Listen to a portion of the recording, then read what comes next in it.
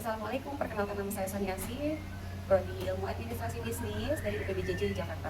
Saya akan menjelaskan tugas kuliah logika. Yang pertama adalah term, lalu yang kedua adalah sesat pikir atau logical fallacy. Yang pertama term. Apa yang dimaksud dengan term? Term adalah kata atau kelompok kata yang digunakan untuk menyatakan sesuatu objek, orang, tempat, atau ide tertentu dalam logika. Term adalah komponen dasar dari sebuah pernyataan atau proposisi. Term dibagi menjadi 3 bagian. Yang pertama adalah term umum atau universal, yang kedua adalah term khusus atau partikular, lalu yang ketiga adalah term individu. Yang pertama adalah term individu. Term individu, term yang menunjukkan satu objek tertentu atau individual. Contoh, Presiden Jokowi atau Gunung Merapi, seperti itu. Lalu yang kedua ada term partikular, term yang menunjukkan sebagian dari suatu kelompok. Contohnya, beberapa mahasiswa, sebagian orang, ada siswa. Contoh dalam penggunaannya, misalkan beberapa mahasiswa menyukai matematika. Lalu yang ketiga adalah term umum. Term universal adalah yang menunjukkan seluruh anggota dari suatu kelompok. Contohnya, semua manusia, setiap siswa, semua hewan mamalia. Dalam penggunaannya, contoh, semua manusia akan mati. Baik, selanjutnya yang kedua adalah logical fallacy atau sesat pikir. Apa itu sesat pikir? Logical fallacy atau sesat pikir adalah bentuk kesalahan dalam berpikir atau berlogika yang membuat argumen menjadi tidak valid atau menyesatkan.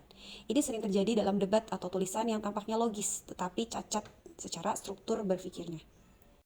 Adapun bentuk contoh logical fallacy atau sesat pikir, yang pertama ada ad hominem, yang kedua ada straw man, lalu yang ketiga ada false dilemma atau dikotomi salah. Yang pertama ada ad hominem. Ad hominem adalah dia lebih menyerang pribadi lawan, bukan argumennya. Lalu kalau straw man, dia memutarbalikkan argumen lawan agar mudah diserang. Lalu yang ketiga adalah false dilemma atau dikotomi salah. Itu menyatakan hanya ada dua pilihan, padahal masih ada alternatif lain.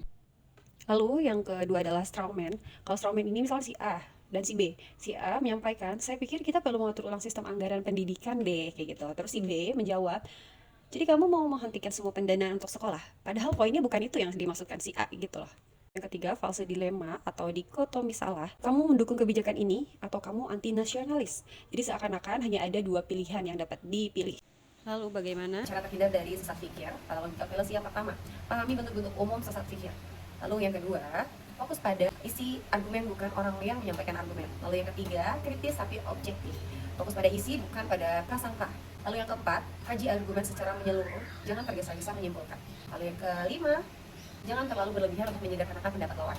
Dan yang terakhir, selalu cari cara dan alternatif lain.